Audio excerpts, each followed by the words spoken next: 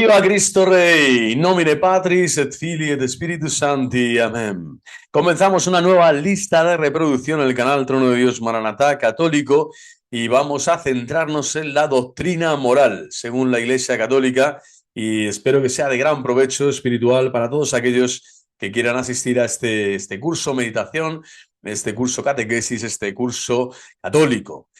Vamos a hacerlo en la presencia de María Santísima, en este día que celebramos esta fiesta tan maravillosa de la medalla milagrosa, para que también las gracias que la Virgen Milagrosa tiene para derramar sobre la tierra a todos los corazones que le pidan con fe, pues sean eficaces, sean realidad en la vida de las familias y de las personas, de los cristianos, que acudimos a ella con devoción, con constancia y con una gran fe, como ella nos ha enseñado que es modelo de la fe.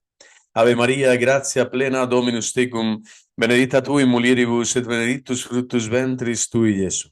Santa Maria, Mater Dei, ora pro nobis peccatoribus, nunc et in hora mortis nostre. Amén. Siempre con el rosario en mano y en los labios, por supuesto, y en el corazón, y con la cruz de Cristo, que aquí viene el Señor siempre a mostrar la victoria a través de la cruz. En el tema moral veremos que es capital. Toda la doctrina de Cristo, de algún modo, toda ella nace en el Sagrado Corazón de Jesús, que está clavado en la cruz, dando vida al mundo, porque el Padre así nos lo ha entregado. Como el Padre me amó, así os he amado yo, permaneced en mi amor, abrid las puertas de vuestro corazón.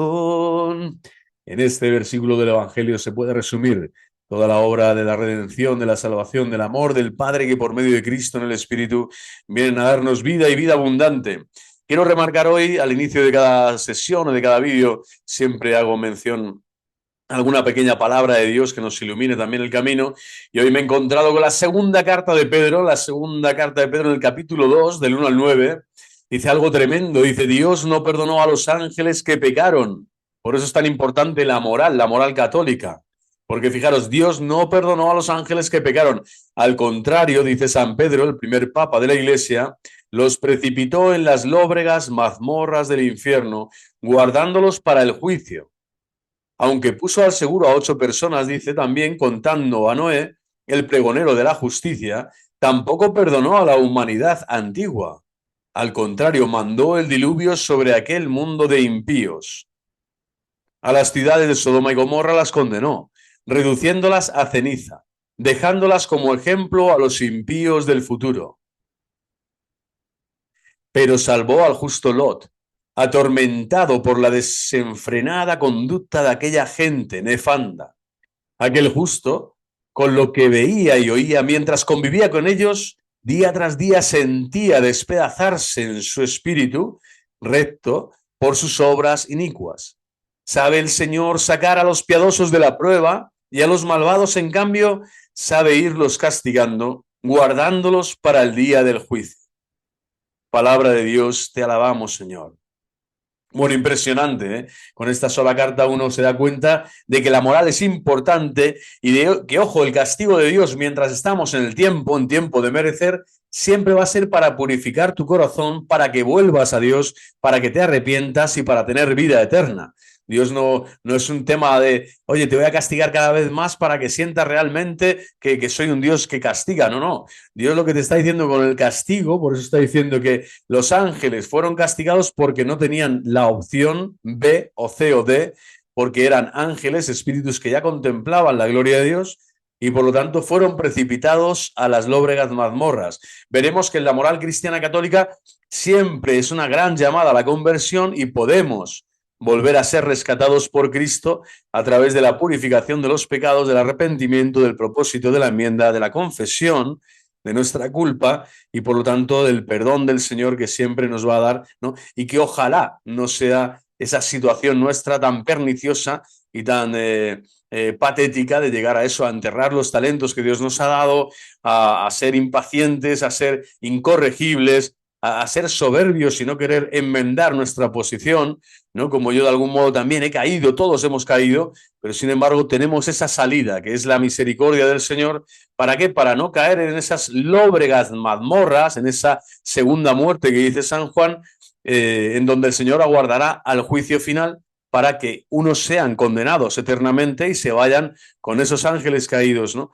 Nosotros el Señor nos dice lo contrario, ser como Lot, como Noé, como los justos de la tierra que buscan moralmente en su conducta vivir adecuadamente, vivir según Dios, vivir según la voluntad de Dios y el Espíritu Santo de Dios para ser sacados siempre de la prueba. Es decir, al hombre piadoso Dios siempre le va sacando de la prueba. También vas a vivir la prueba, la cruz, y por eso somos tentados desde que nacemos hasta que partamos, pero el Señor nos va a dar los dones y la gracia necesaria, y en esto también consiste ver la moral de la doctrina católica, porque ahí está todo el asunto también de la gracia de Dios y cómo actúa en nosotros.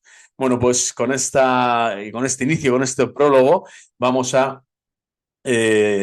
inundarnos, vamos a bañarnos, vamos a profundizar, a bucear en la doctrina, en la moral católica, que yo creo que muchas veces no la tenemos clara, ¿no? Muchas veces estamos como pensando que será eso de la moral y bueno, aquí vamos a concretar con una serie de preguntas y respuestas, vamos a ir capítulo por capítulo viendo los diferentes aspectos de la moral cristiana católica y que espero que sea, pues eso, de gran ayuda para muchos.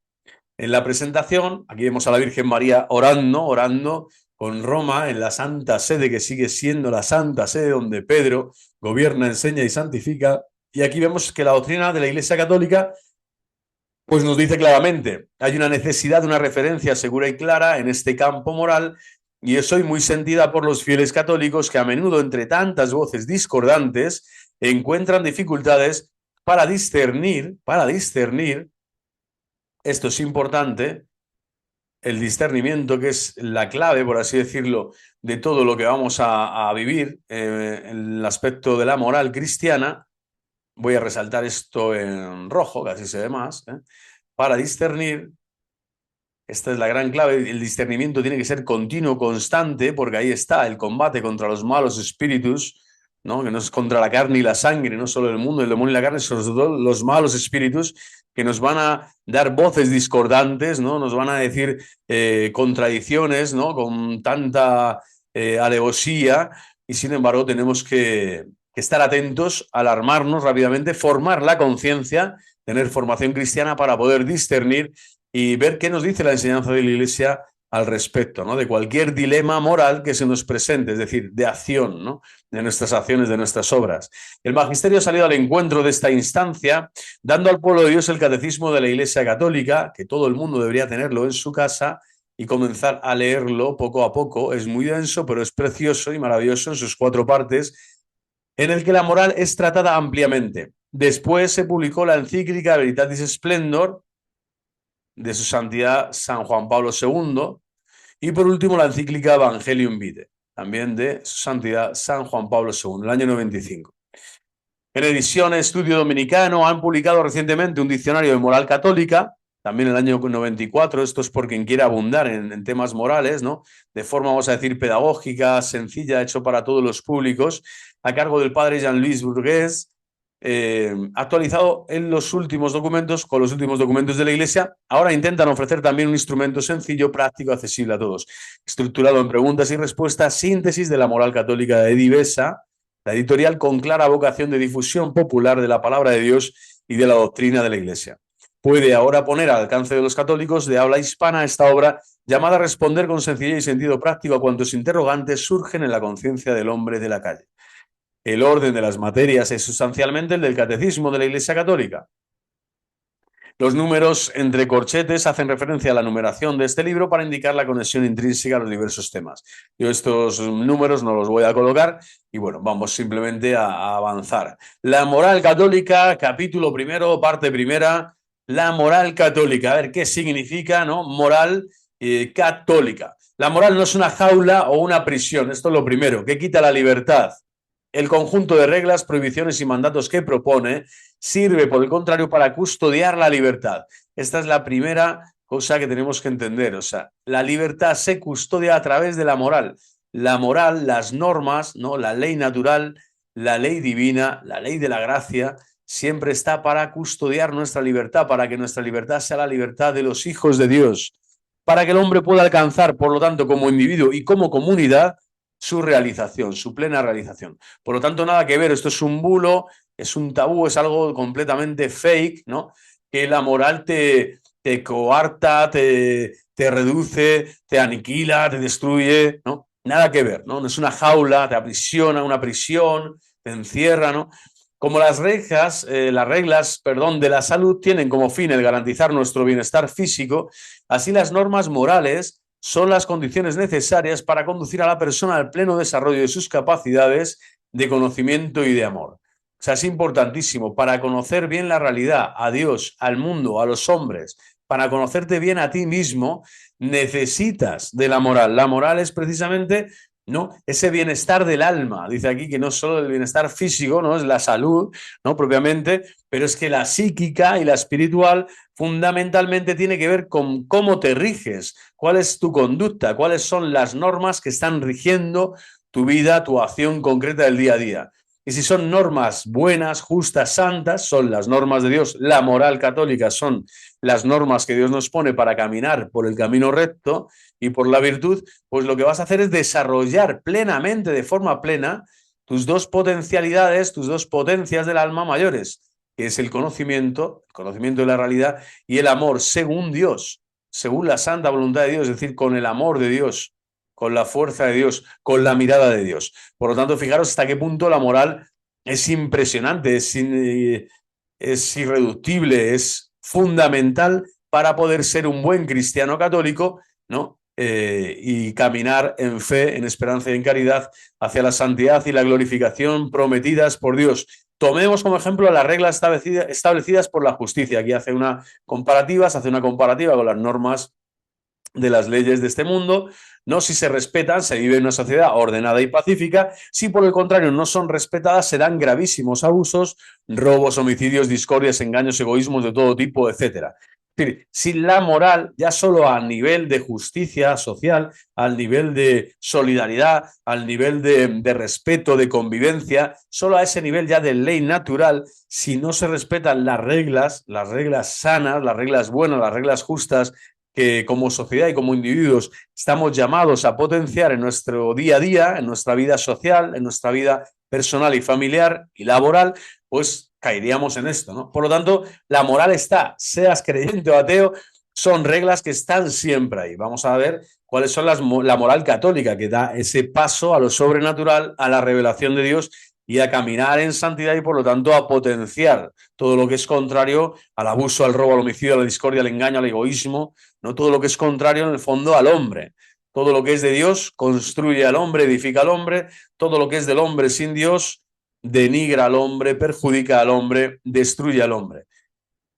Otro ejemplo significativo lo ofrecen las normas para conservar el medio ambiente. Si son respetadas, entonces el medio ambiente ayuda al hombre a vivir feliz con su entorno. En caso contrario, pueden derivarse consecuencias tan graves que pongan en peligro la misma existencia humana. Esto que parece ecologismo moderno o posmoderno, no, esto ha sido siempre así. O sea, hay que respetar el entorno, por eso ya los romanos realizaban, ¿no?, los desagües oportunos, ¿no?, los alcantarillados y al mismo tiempo las fuentes y los parques y las zonas verdes y las grandes avenidas, ¿no?, de ocio y de respeto, ¿no?, por el entorno natural. Bueno, todas estas normas que están tanto en la vida biológica, en la salud, hemos visto, como en la vida moral, social, como también en relación con la creación, pues son reglas que están ahí, por lo tanto la moral existe siempre y siempre se va a dar y es universal para todos los hombres. No te puedes eludir, no te puedes pues escapar, ¿no? No puedes eludirte de hacer frente en tu día a día a la moral. La moral está dentro de ti. El hombre es un ser moral por naturaleza, así como es un ser religioso y social, es un ser moral por naturaleza. Ha sido constituido, ¿no?, para vivir una regula fide y una regula vitae, una regla de vida y de fe que en comunión con Cristo, con Dios, hecho carne, pues se hace muchísimo más, se humaniza todo mucho más, se santifica todo mucho más y se da un sentido mucho más pleno a todas estas relaciones, ¿no?, con la sociedad, con la creación, con uno mismo, ¿no?, con el prójimo.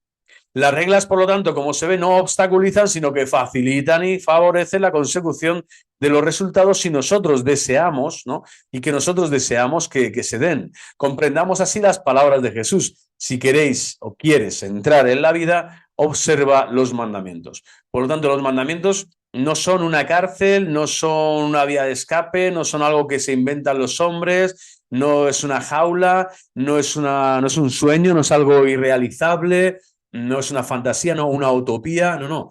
Son reglas concretas que Dios da al corazón de cada hombre para que no solo no obstaculizar la vida, sino hacerla fácilmente asequible en la bondad, en la sabiduría, en la justicia, la solidaridad, la subsidiariedad, en todos los valores que contienen todas las reglas morales, ¿no? Y además el Señor está diciendo los mandamientos, el decálogo, la Torá, en este sentido, las 10 palabras santas, sagradas, los 10 mandamientos que sabemos que el primero es el más importante de todos. Amarás a Dios sobre todas las cosas, ¿no? Con todo tu corazón, con todas tus fuerzas, con toda tu mente, con toda tu alma, con todo tu ser, y al prójimo como a ti mismo, resume nuestro Señor Jesucristo. Si vamos ahí, caminamos en esta línea, es evidente, ¿no?, que se va a facilitar y se va a favorecer lo que nosotros en el fondo deseamos, que es vivir en paz, tener una convivencia santa, ¿no?, con el prójimo, y saber dar ejemplo y testimonio también de la verdad de estas reglas, de que estas normas te construyen, no te deconstruyen, te edifican, no te obstaculizan o te encierran, ¿no? Si quieres entrar en la vida, observa los mandamientos. Es una condición, sine qua non, es una condición ineludible. Todo hombre tiene para entrar en la vida que respetar, observar y amar los mandamientos, aunque veremos como le dice al joven rico Cristo mismo, que no solo te quedes ahí, ¿no?, que le sigas, ¿no? Puede cumplir todo lo que tuviese, sí, ya, pero cuando te encuentras con Jesucristo, verdadero Dios y verdadero hombre y verdadero Dios, tienes que seguirle, dejarlo todo, ¿no?, y seguirle. Bueno, para entrar en la vida que es el mismo. Otro ejemplo significativo, esto es para de algún modo introducirnos en lo que es la moral, ¿no?, el mundo de la moral. Otro ejemplo significativo lo ofrecen las normas para conservar el medio ambiente. Esto lo acabamos de decir, disculpad. ¿Qué es la moral católica? Pasamos. La moral católica es el conjunto de las normas que enseñan al hombre cómo debe comportarse para vivir según Dios y así realizarse a sí mismo y alcanzar después de esta vida la felicidad eterna del paraíso. O sea, esto es lo más importante, es lo nuclear, lo esencial de la vida de todo creyente. O sea, la moral te enseña, o sea, hay alguien que te está enseñando y sabemos bien a quién atribuyó esta enseñanza, esta doxa, esta dogeín, esta enseñanza divina. Cristo nos dijo que ese Espíritu Santo de Dios nos iba a ir enseñando, revelando, ¿no?, todo lo que falta, ¿no?, hasta la plenitud, ¿no? O sea, para que esta verdad que el Señor nos ha dado, pues se despliegue en el tiempo, llegue hasta ti, hasta aquí que estás escuchando esto, y digas, efectivamente, el Espíritu Santo me enseña, como una persona divina que es capaz de enseñar y enseñar las cosas de Dios, enseñarte las cosas de tu propia intimidad y enseñarte aquello que tú necesitas para alcanzar a Dios, para vivir según Dios, lo primero, para vivir bien y para alcanzar a Dios, es decir, el presente y el futuro. ¿Y quién es ese maestro interior? Hemos dicho el Espíritu Santo de Dios, que procede del Padre y del Hijo. Es una obra de la Santa Trinidad. Toda enseñanza divina en nuestro interior, asentida, acogida, vivida, encarnada, es algo que Dios nos está regalando por gracia, y Él es el divino maestro, es el Rabí en Cristo Jesús, y es la Ruaj, ¿no? Es el Espíritu que Cristo ha soplado a los apóstoles, ha soplado a los apóstoles, a toda la iglesia, y hemos sido enviados para que esta enseñanza nos lleve ¿a qué? A la felicidad, a la vida eterna. ¿A la vida eterna dónde? Del paraíso. ¿Es posible resumir la enseñanza de la moral católica? Nos preguntamos aquí. ¿Se puede resumir en pocas palabras la enseñanza de la moral católica diciendo que la cosa más importante es la única cosa verdaderamente importante, que es vivir, crecer y perseverar hasta el final en la gracia de Dios? Aquí ya aparece el término, ¿no?, que más aparecerá junto con el siguiente, que será el pecado, la gracia de Dios. El término donde realmente se aglutina toda la belleza de lo que significa que esta enseñanza de Dios se nos transmite como una gracia, como un don, se recibe por el hombre, también como gracia, ¿no?, hecho a hechura, imagen y semejanza de Dios, por gracia de Dios, constituido hijo de Dios, hijos en el Hijo, y en estos mandamientos estamos evitando el pecado y sobre todo el pecado mortal para merecer así la felicidad eterna. Por lo tanto, sin la moral católica estás perdido. Sin la moral católica, el pecado, el veneno, ¿no?, la muerte está en ti. eres el hombre tánatos, estás aún en la muerte, no has resucitado a la vida, no estás viviendo la vida verdadera y no puedes alcanzar la felicidad eterna. Al contrario, si ya vivimos en gracia de Dios y somos capaces de dar esa cobertura y esa apertura de corazón al amor de Cristo en nuestras vidas, como el Padre me amó, si os he amado yo, intentar que ese amor del Padre, el Espíritu Santo, que se nos ha derramado en nuestros corazones, Gálatas 5:5, pues que podamos entrar de lleno en esta felicidad eterna ya aquí y ahora, en la vida que estamos viviendo presente. ¿Por qué? Porque estamos viviendo y creciendo en la gracia de Dios.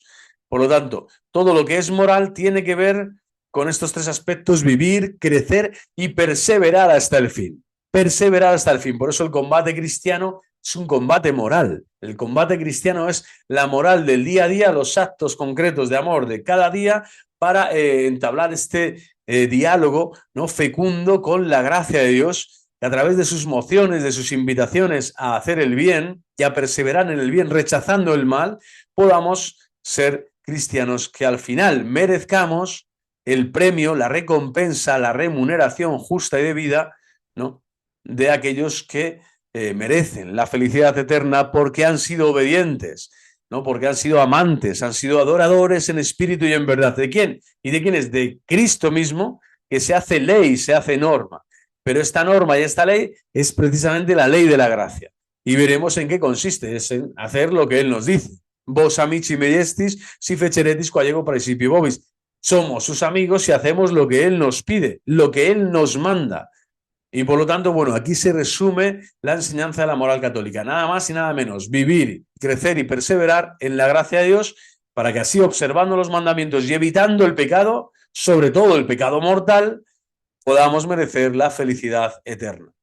¿Es difícil practicar la moral católica? Muchos dirán, pues no sé, sí, no, a veces, depende. La moral católica es exigente y comprometida siempre, siempre. En cuanto te despistas, el demonio te hunde, te barre, te destruye, porque nos propone un ideal altísimo. Veremos cuál es, aparte del de ser santos como mi Padre Celestial es santo, ¿no? Más grande que este no puede haber. Pero es el de vivir como hijos de Dios. Pero somos ayudados en nuestro camino por los ejemplos de nuestro Señor Jesucristo, de la Virgen María y de los santos, y sobre todo por la gracia del Espíritu Santo. Volvemos al término fundamental de la moral, la gracia del Espíritu Santo, Charis, la gracia del Espíritu Santo, que se nos da en los sacramentos y que podemos siempre pedir en la oración. Aquí se abren dos grandes vías en donde recibimos esta gracia del Espíritu Santo.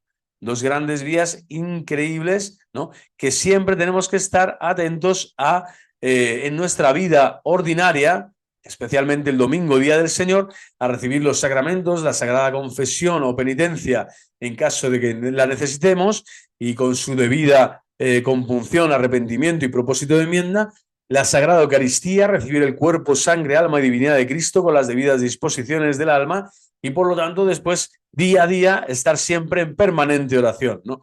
Este don, diríamos, precioso del Espíritu Santo, que es la oración continua. Estar en continua oración, que es lo que todos los santos al final han conseguido realizar a lo largo de sus días y de sus horas en este mundo, para realizar esa simbiosis, esa configuración, esa conformación con la forma Cristi, con la persona misma de Cristo, ser otros Cristos. ¿Por qué? Porque la gracia del Espíritu Santo te la está dando en continua oración, el Señor te está dando gracia. Y cuando recibes los sacramentos, el Señor te está dando su fuerza y su gracia en ese sacramento específico, sea su cuerpo, sangre, alma y divinidad, sea su perdón, sea la renovación, sea fuerzas para vivir la enfermedad en un periodo difícil, etcétera. Cada sacramento con su gracia particular. La dificultad del empeño es después compensada por aquella gratificación, paz y alegría interior que derivan de la conquista de todo gran ideal. Como vemos, la Iglesia, que es madre y maestra, no te dice, oye, va a ser fácil, la vida cristiana es fácil, no, es un camino estrecho, y es exigente, y es comprometido, y es diario, y no te puedes fatigar, y si te fatigas y te caes, pide ayuda a un hermano y a la Iglesia y al sacramento donde está Cristo, nuestro grandísimo hermano mayor, para que Él, como sacerdote, profeta y rey, te rescate a la vida de la gracia. Pero sin duda no te está diciendo no hay dificultad, no vas a tener que esforzarte.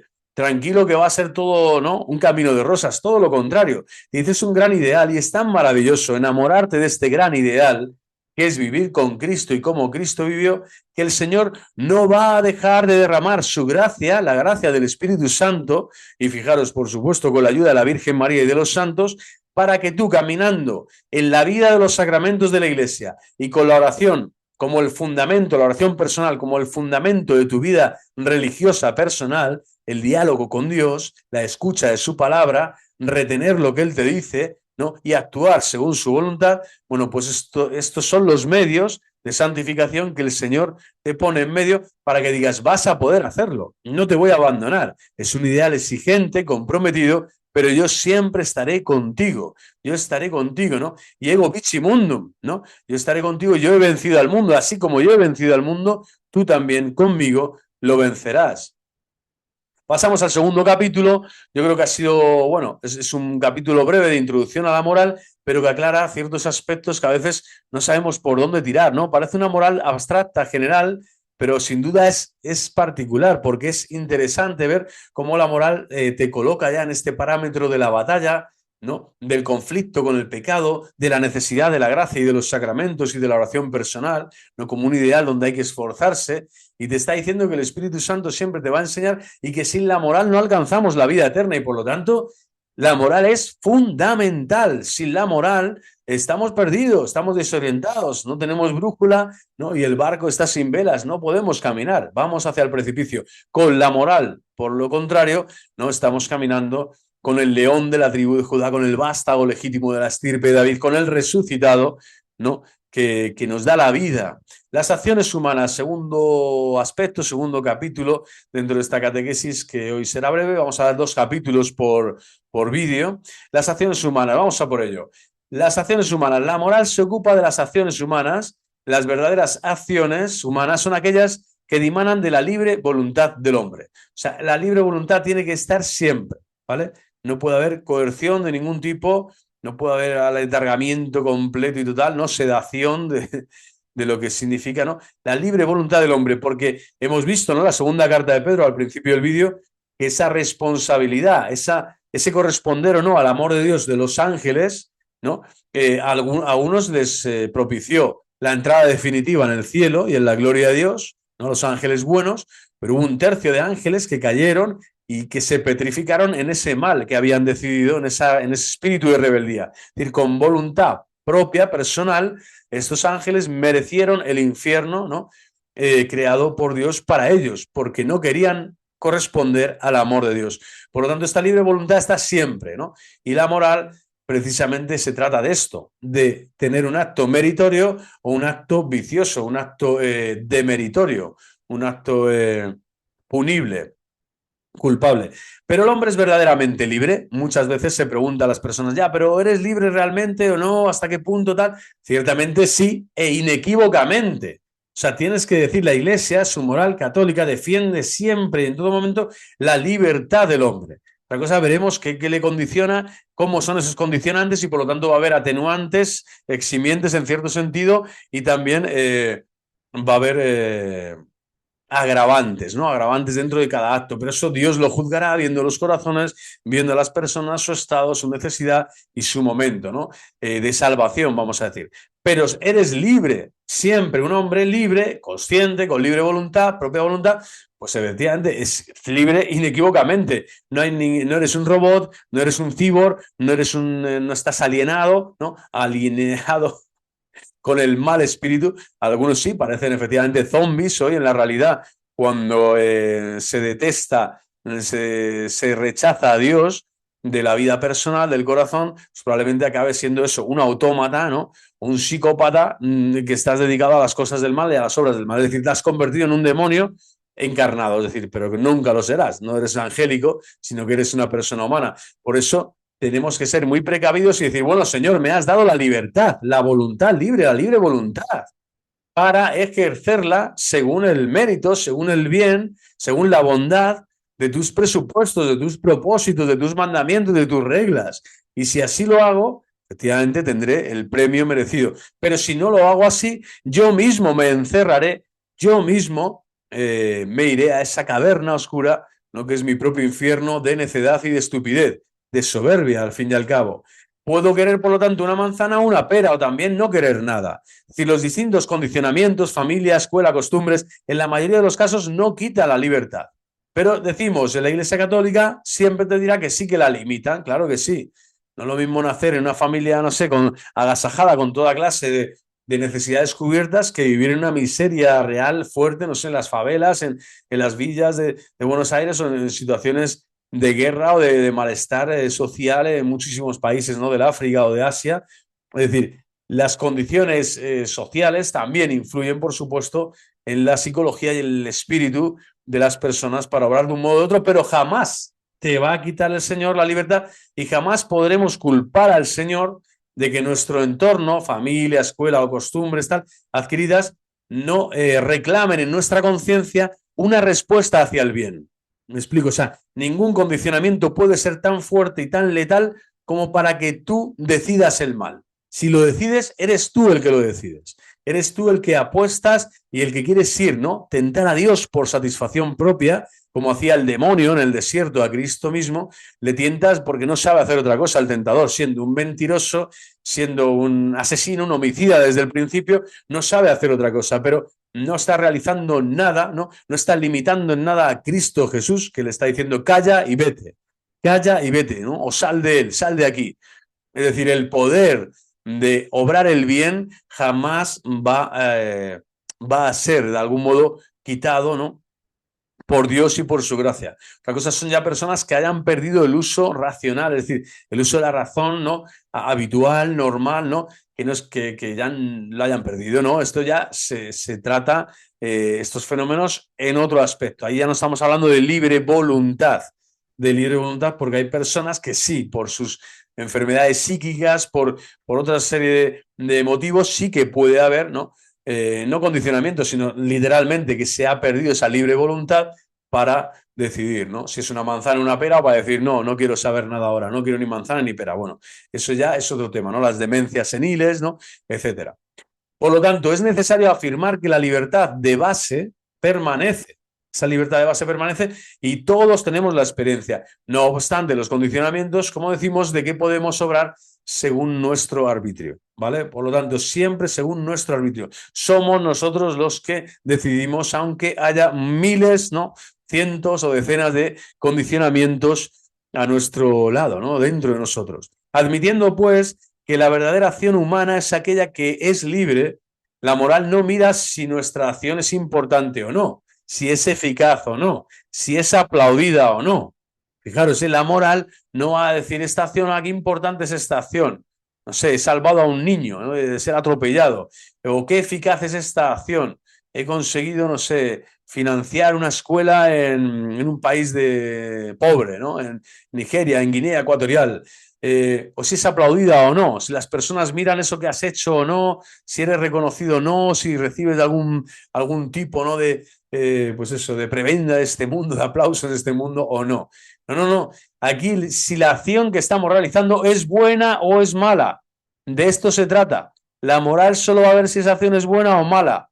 La intensidad, el grado de importancia, si es reconocida o no, si es eficaz en unos baremos o termómetros puestos por nosotros aquí los humanos, sí o no, que Dios seguro que tiene otros muchos termómetros o baremos o varas de medir o balanzas, ¿no? Bueno, pues esto nada, no tiene nada que ver. Aquí se trata de si es buena o es mala la acción. Y por lo tanto, todo hombre, cada día, desde que se levanta hasta que se acuesta, el gran dilema que tenemos es si nuestras acciones son buenas o malas. Si son buenas o malas. Y por lo tanto, algo es bueno, decía un antiguo compañero sacerdote, ¿no? Si algo es bueno y puedes hacerlo, hazlo. Es un buen criterio de discernimiento, ¿no? Algo que es bueno, no hace daño a nadie, ¿no? Te hace bien a ti, a los demás, a la creación, al mundo, ¿no? Y puedes hacerlo, tienes la capacidad, tienes los talentos, tienes los dones, pues tercer paso, hazlo, realízalo, ¿no? Y es una manera de que la moral se realice, así se santifique tu vida, llegando a la acción concreta, ¿no? A la acción real. Decir, por tanto, que las acciones son morales o inmorales equivale a decir que las acciones son buenas o malas. Y esto es así, ¿no? Dirás, no, es que hay grises, hay un montón de grises, hay un montón de tal. No, veremos que no. Al final son buenas o malas las acciones como tales. Otra cosa es el reo, en el caso de las malas, si tendrá atenuantes, ¿no? Como decimos antes, o agravantes, y otra cosa, si son buenas, pues si las puedes calificar de buenas, buenísimas, ¿no? O de excelentes y maravillosas, es el martirio, del martirio perdonando a tus verdugos de corazón, por gracia de Dios, pero hacerlo realidad, hacerlo acto vivo, ¿no? Y sangrante, eso es una acción buena, excelentísima, ¿no? Perdonar o amar a tus enemigos, ¿no? Excelentísima, o son malas, ¿no? O buenas, digo, algo más sencillo, no sé, ¿no? Dar de comer al que tiene hambre, etcétera. O sea, cosas desde lo más sencillo, desde las necesidades corporales a las necesidades espirituales y todo ese abanico de virtudes que la Iglesia nos ofrece como tesoros espirituales para desplegar a lo largo de nuestra vida. Bueno, pues la moral va a ir de esto, si son buenas o malas. Todas las parábolas de Jesús, en particular la del buen samaritano en Lucas 10, indican y siguientes, indican cuáles son las acciones buenas que se han de hacer y cuáles las malas que se han de evitar. O sea, ya el Señor nos está dando, ¿no? En Lucas 10, claramente en esta parábola, fijaros, como una serie de acciones buenas. Y no está hablando el Señor de teorías buenas o de pensamientos buenos o de, no sé, inspiraciones buenas, no, acciones buenas. ¿De qué acciones se ocupa la moral? Pues la moral se ocupa de las acciones humanas, es decir, de aquellas acciones que el hombre realiza con conciencia y deliberación y que por lo tanto implican su libertad y responsabilidad. Es un poco abundar siempre en esta idea, ¿no? Pero que es importante, son acciones humanas, no acciones de otro tipo, ¿no? Aquellas acciones que el hombre realiza en conciencia y deliberación. Tiene que realizarlas, que es lo mismo que decir en libertad, ¿no? Libremente. ¿Qué es la libertad? Pues la libertad es la capacidad arraigada en la razón y en la voluntad. Importantísimo. Muchas personas no saben hoy definir qué es la libertad o de dónde comienza, dónde acaba, dónde nace, a qué se refiere. Bueno, pues implica la razón, la potencia, ¿no? Base, ¿no? De todo nuestro intelecto, ¿no? Entre la abstracción, la imaginación, ¿no? El entendimiento, la comprensión y la voluntad.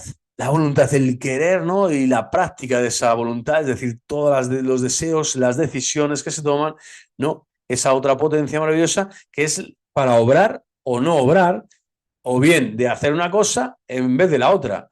Es decir, aquí esta es la libertad. Estamos hablando de la libertad de arbitrio que juzga qué es lo que tiene que hacer, si es bueno o es malo, y lo hace. Realiza la acción. Es decir, la moral no son ideas. Tenemos que bajar siempre al grado de la acción. Y además a una elección. Si es la acción, antes se ha elegido. Yo elijo hacer esto y lo hago. Yo elijo hacer esto otro y lo hago. Entonces, en esa acción estamos viendo que la libertad es una cualidad, una capacidad espiritual que Dios ha dado al hombre, en donde se implica toda la persona, la razón y la voluntad, las principales potencias del alma. Ella pone a la persona en condición de dirigirse a sí misma. A sí misma, es decir, la libertad es un acto que yo elijo ahora esto, yo quiero hacer esto y no esto otro, y quiero hacer esto de este modo y no de este otro modo. Ahí está la virtud, ahí está el mérito, ahí está que unos dan 10, otros 20, otros 60, ¿no? Y muchos recibirán el 100 por uno y otros no recibirán nada. Es decir, aquí está la libertad de arbitrio y la capacidad de hacer o de no hacer. Aquí entra toda la dimensión, como veréis, del pecado o de omisión, ¿no? Todo lo que dejo de hacer libremente elijo y decido no hacer nada.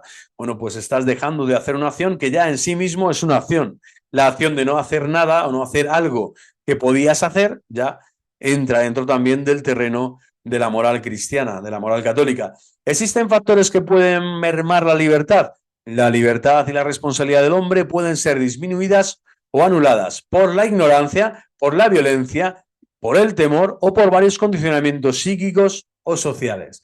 Esto es evidente, como decía antes, y son condiciones siempre, ¿no?, que disminuyen, ¿vale?, o anulan.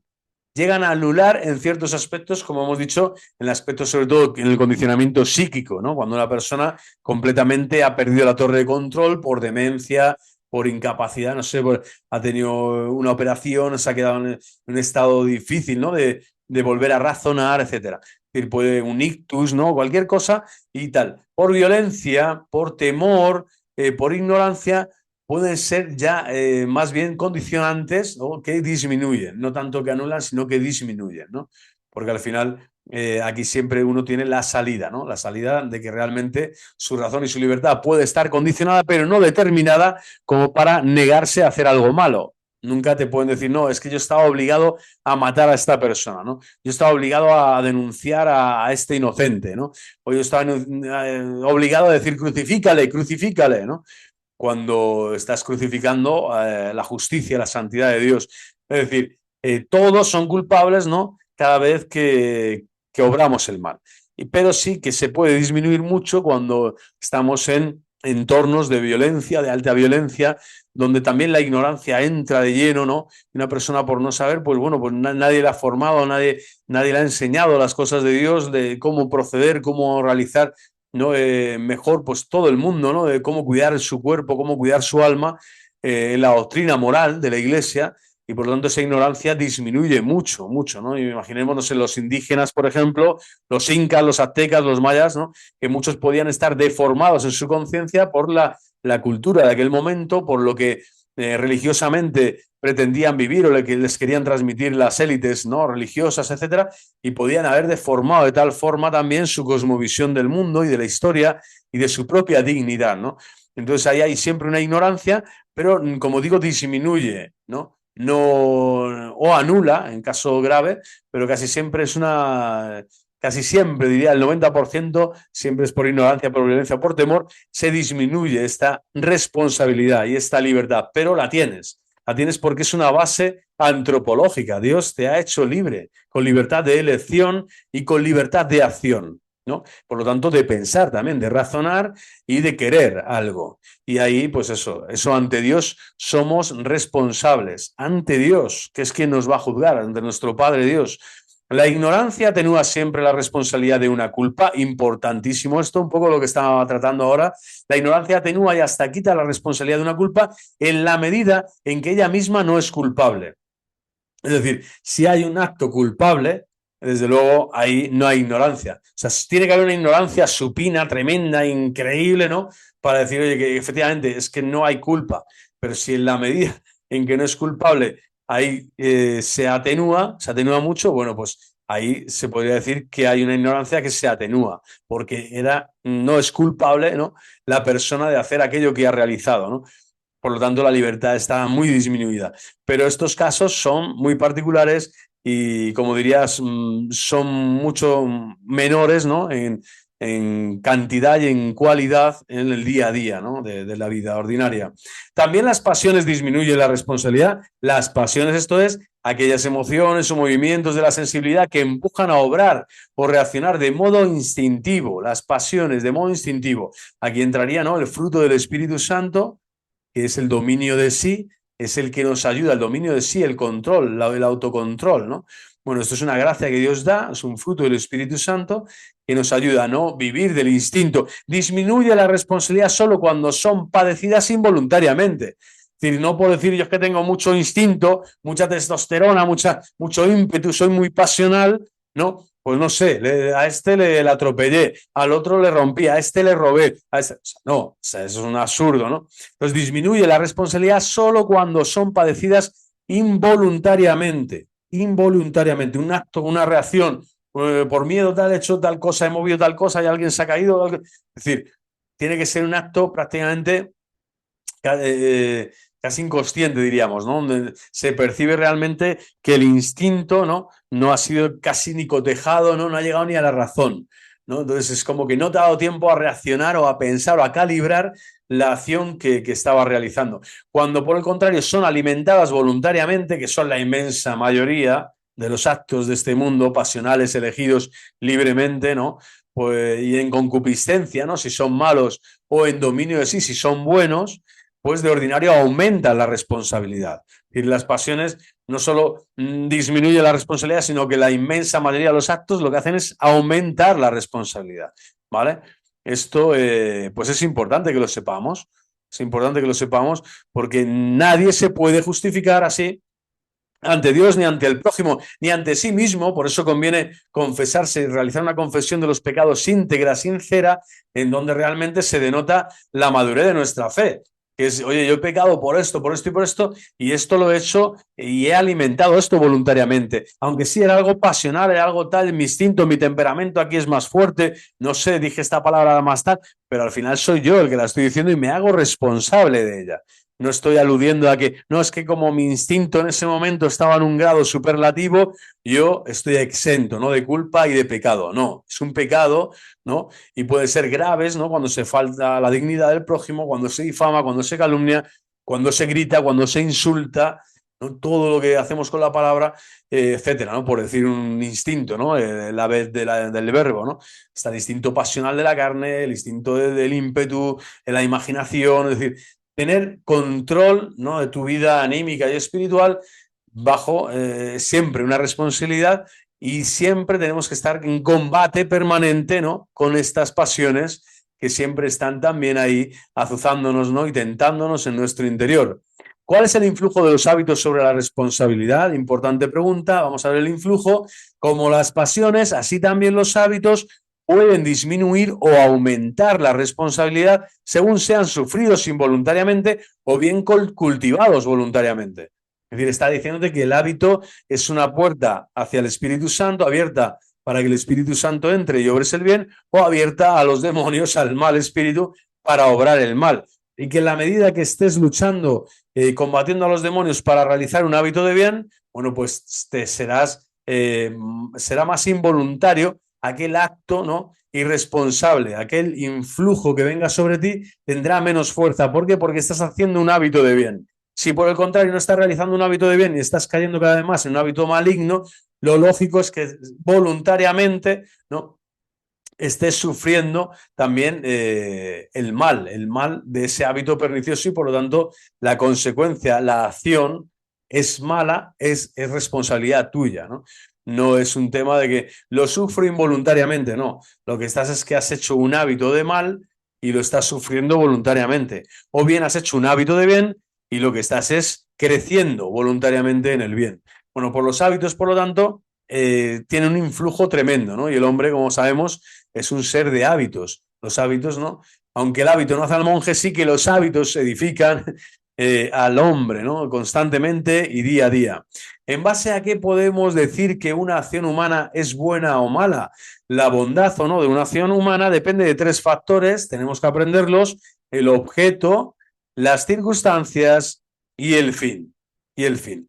Y las tres, esto es una ecuación, esto es un puente romano con su acueducto, no puede fallar ninguno de los pilares porque se cae todo el edificio, se cae todo el puente, se cae toda la estructura. ¿Qué es el objeto? El objeto contenido es el bien, verdadero o presunto, sobre el que recae directamente la acción.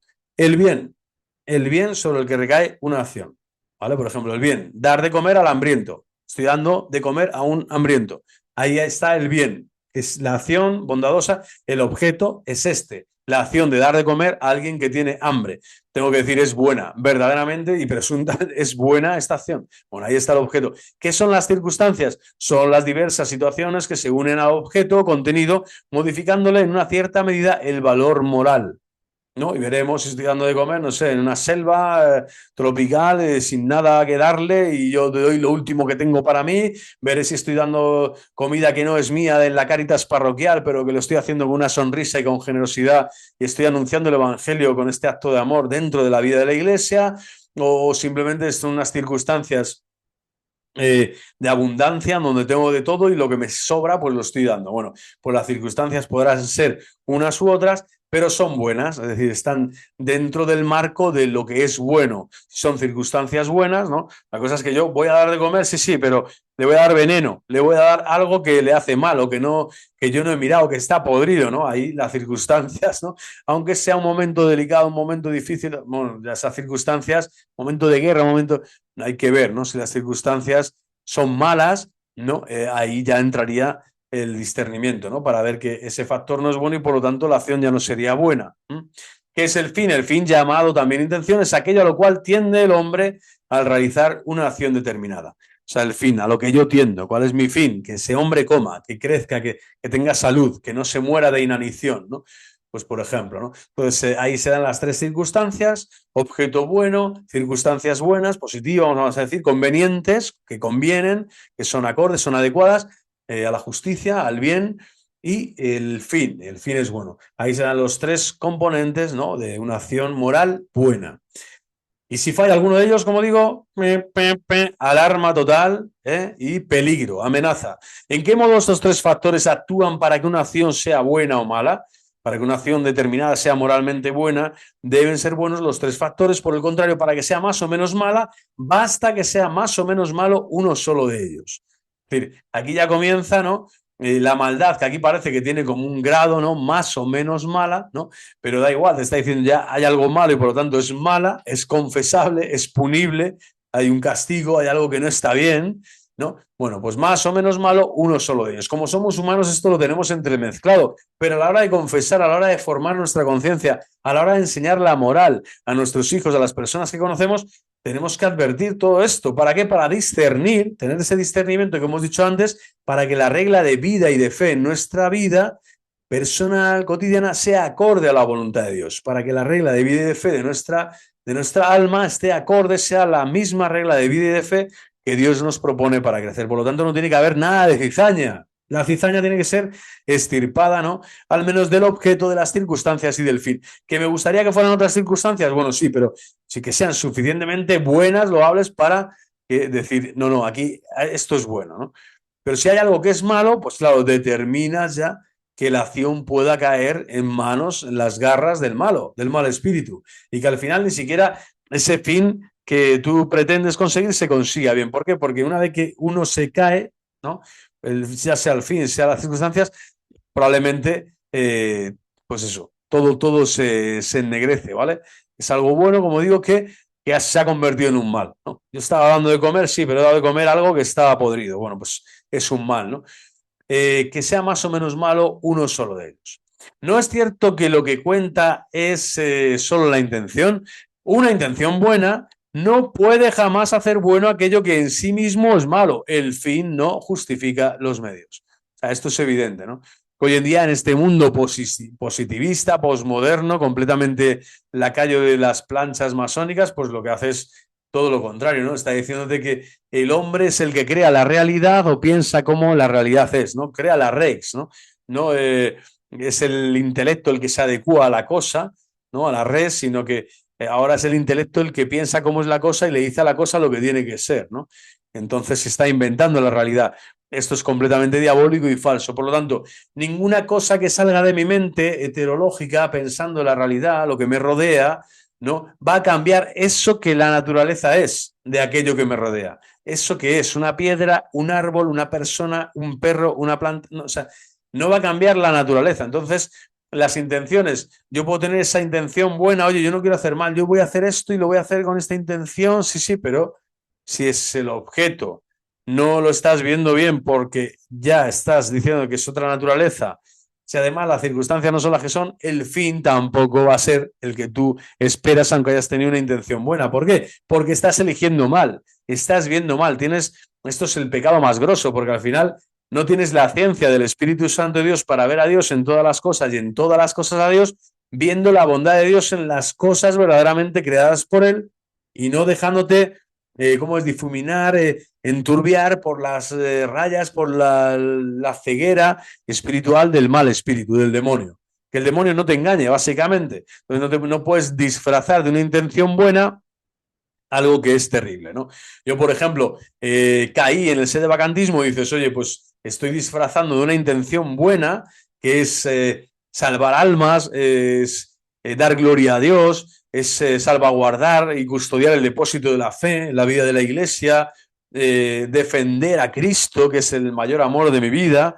Bueno, toda esta intención, que es muy buena, son muy loables y bendecidas y lo que tú quieras por mí mismo. Dios no las bendice, ¿por qué? Porque no lo estaba haciendo bien, no estaba mirando bien, no estaba con las gafas de Dios, no estaba con el prisma de Dios, no estaba bajo la mirada, bajo la voluntad, bajo la unción de la verdad de Dios, y me había dejado engañar. Por eso las intenciones, como pueden ser muy vulnerables, muy frágiles, y el espíritu maligno puede entrar para pervertir tu mirada y tu juicio, Yo no puedo pensar que el acto va a ser bueno porque mi intención es buena. No, el acto es bueno si el objeto es bueno. El acto es bueno si yo defiendo verdaderamente a Dios y la gloria de Dios y los derechos de Dios como Dios quiere, cuando Dios quiere y del modo que Dios quiere, ¿no?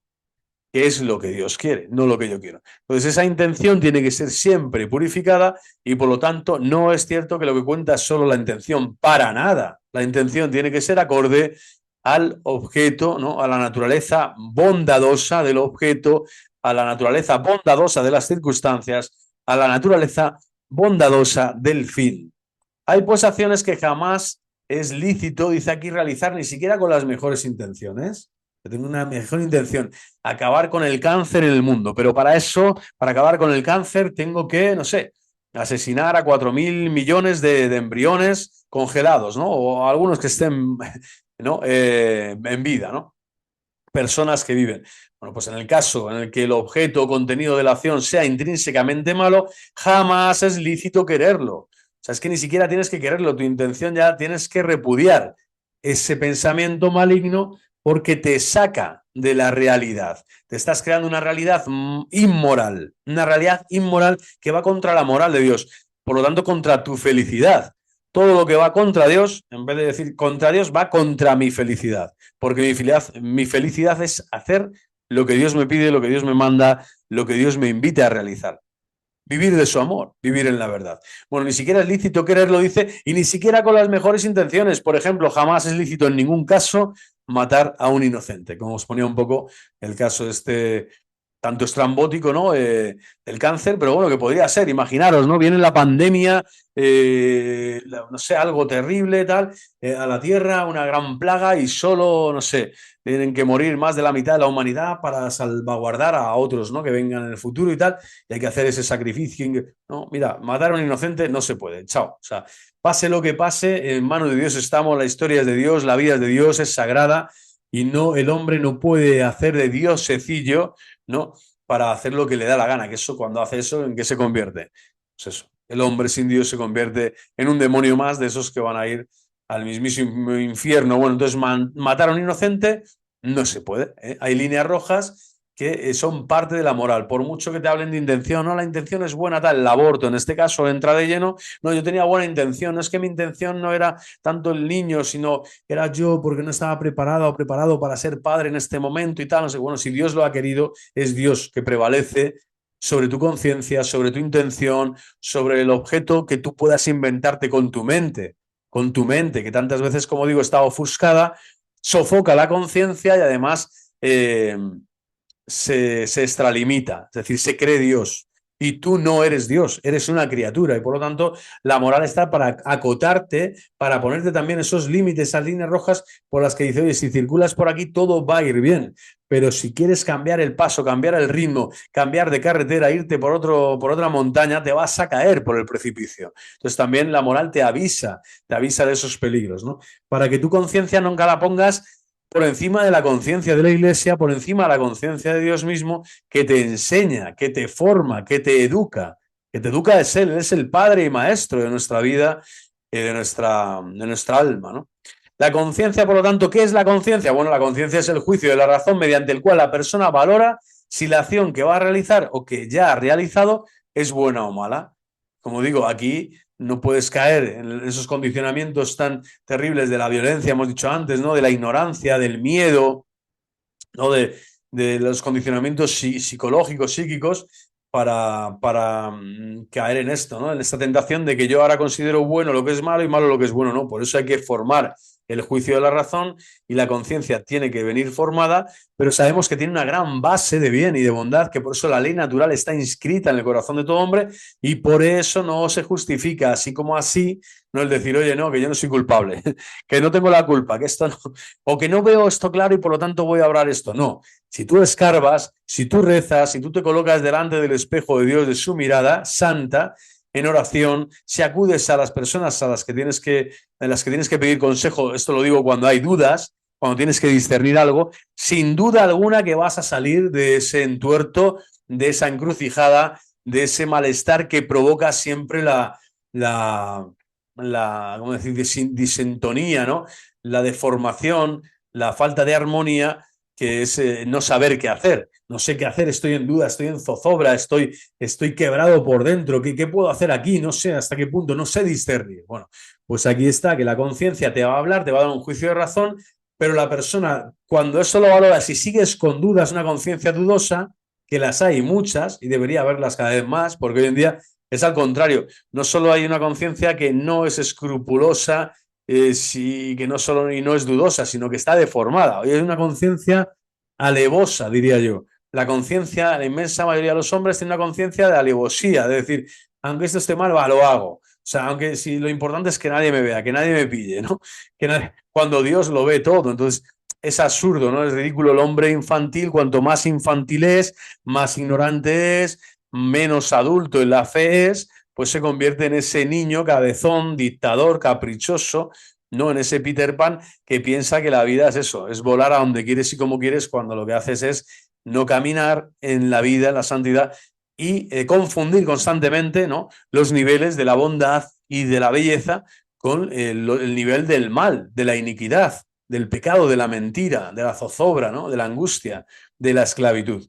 Por lo tanto, eso, la conciencia es un juicio de la razón mediante el cual la persona valora si la acción que va a realizar es buena o mala, y por lo tanto esa conciencia siempre está ahí, está latente, está viva, está activa, pero hay que formarla. ¿Por qué? Porque puede estar ya herida, puede estar deformada, puede estar sofocada, puede estar condicionada, y por eso estamos haciendo estos vídeos de formación, para que también cuando tengas dudas acudas a una persona que te pueda ayudar ya a discernir bien el objeto o las circunstancias o el fin por el que tú tienes que ya tomar una decisión, valorar una decisión, ponderar una decisión en esa balanza de la justicia divina, de la mirada divina, para saber qué tengo que hacer, ¿no?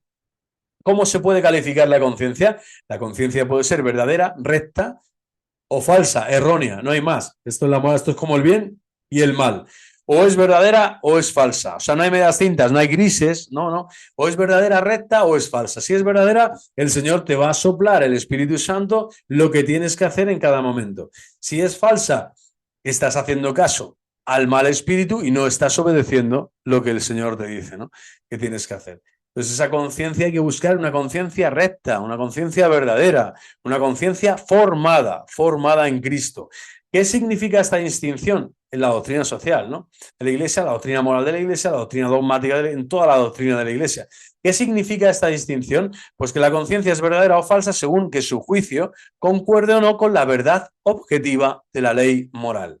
Verdad objetiva de la ley moral. Esto es fundamental y esto es lo que el mundo, este positivismo jurídico, ¿no?, atroz, este consecuencialismo, no sé cómo llamarle, estas demoniocracias, ¿no?, del tiempo actual, pues lo que han hecho ha sido cargarse precisamente esto. Primero la verdad, después que la verdad sea objetiva, después que sea acorde a la ley moral, que es universal, que está inscrita, cuando decimos ley, es que es universal, y que todo hombre tiene que reconocerla, tiene que verla, admirarla, obedecerla, seguirla, quererla, amarla, porque quiere ser un hombre verdadero. Tener una conciencia verdadera equivale a ser un hombre verdadero, íntegro, verdadero, ¿no?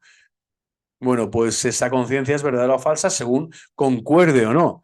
Si yo veo que una persona ya hace hábitos malos, claro, sus juicios serán incoherentes casi siempre, y esa verdad objetiva adolecerá a tope, y esa ley moral universal a la que está llamada su corazón y su conciencia a realizar, pues la está constantemente denigrando, la está rompiendo por dentro, la está quebrando, la está destruyendo, ¿no? Ese es el hombre que camina en vías de perdición. Pero para el que camina en vías de perdición, en vías de salvación, disculpen, con las armas de la luz, con la fuerza de Cristo, con la gracia de Dios, pues siempre va a querer que su juicio sea acorde a la verdad objetiva de la ley moral. La verdad objetiva de la ley moral. Amar a Dios sobre todas las cosas y al prójimo como a uno mismo.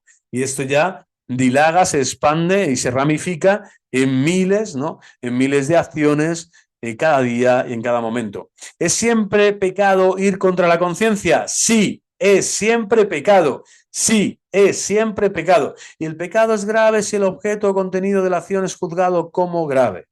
Esto hay que tenerlo clarísimo, ¿vale? Es siempre pecado sofocar la conciencia, porque por la conciencia te avisa, te alarma, es el sagrario donde la voz del Espíritu Santo está dándote los últimos auxilios para que tú no caigas en la tentación, para que no entres en el mundo de la tentación, para que no actúes mal, para que no pierdas la gracia, para que no pierdas la vida.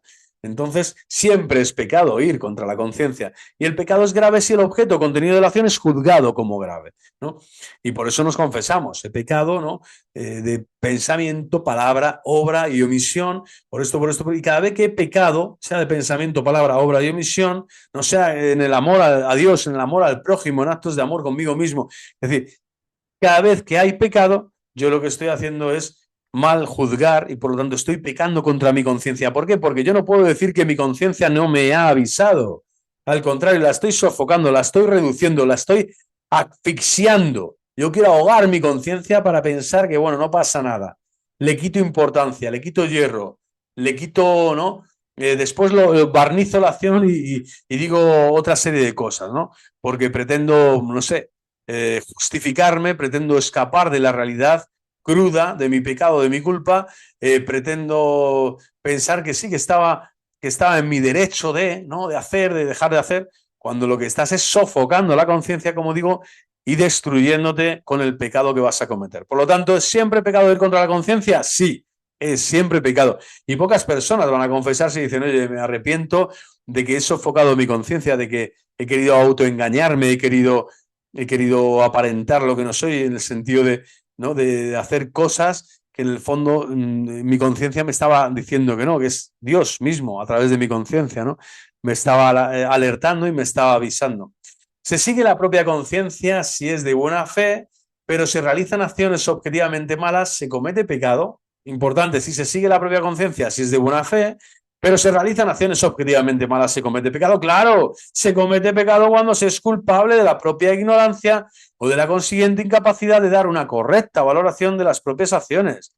Es decir, siempre es pecado. Otra cosa es que después haya atenuantes por ignorancia, violencia, como hemos dicho, u otros condicionamientos. Pero, hombre, lo que no puedes aludir es ignorancia cuando se trata de realizar algo que es malo, ¿no? O de ser incapaz de dar una valoración correcta, adecuada, justa, cuando sabes que es algo malo. No se puede. No, yo tenía buena fe. No es que mi conciencia lo que me ha dicho es esto. Yo estoy siguiendo mi conciencia. Mi conciencia me dice que tengo que hacer esto. No, pues es malo. Si es que el objeto es malo. No aludas ignorancia cuando lo que tienes es una cara dura tremenda, un morro que te lo pisas, una desfachatez, ¿no? Entonces, realizas un ídolo contigo mismo cada vez que pecas y vas contra tu conciencia. ¿Cuál es ese ídolo? Pensar que tú tienes buena fe. Pensar que tienes buena fe cuando tu interés es espúreo, es egoísta, es orgulloso, no es según Dios, no es el interés del ágape, del oblatio, del sacrificio, de la entrega, no es el amor, no es el amor verdadero, sino que es el amor propio, personal, el que te mueve. Bueno, pues ahí tu conciencia lo que te estás es engañando y autoengañando y por lo tanto estás cayendo en este pecado gravísimo. Y en ningún momento tenemos esa posibilidad, ¿no? De eludir, ¿no? De justificarnos, autojustificar.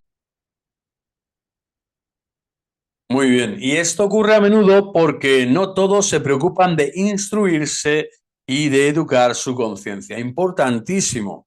Muchas personas pasan la vida entera y mira que se aprenden hobbies y maneras de divertirse y viajes que realizar y operaciones que hacer y no sé, y finanzas que mover. Pero nadie se preocupa de instruirse y educar su conciencia, que es un deber moral capital de primera orden en la vida de un creyente, de un católico, de un cristiano. Instruir y educar tu conciencia para pensar bien, hablar bien y hacer el bien.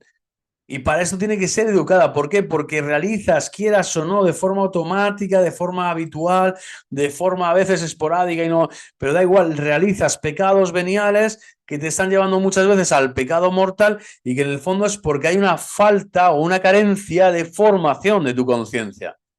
Si no instruyes tu conciencia y no vives, ¿cómo decir?, abrazado por estos principios morales, éticos, espirituales que Dios mismo quiere que vivas para ser libre, para ser verdaderamente libre en la libertad de los hijos de Dios, pues estás caminando, vamos a decir, sin escudo, sin protección, ¿no? Sin caballo, sin armadura, sin ningún tipo de defensa frente al maligno. El maligno te va a derrumbar, te va a destruir por completo, porque son muchas las vicisitudes, las encrucijadas, los momentos de duda, de zozobra, de crisis, de prueba.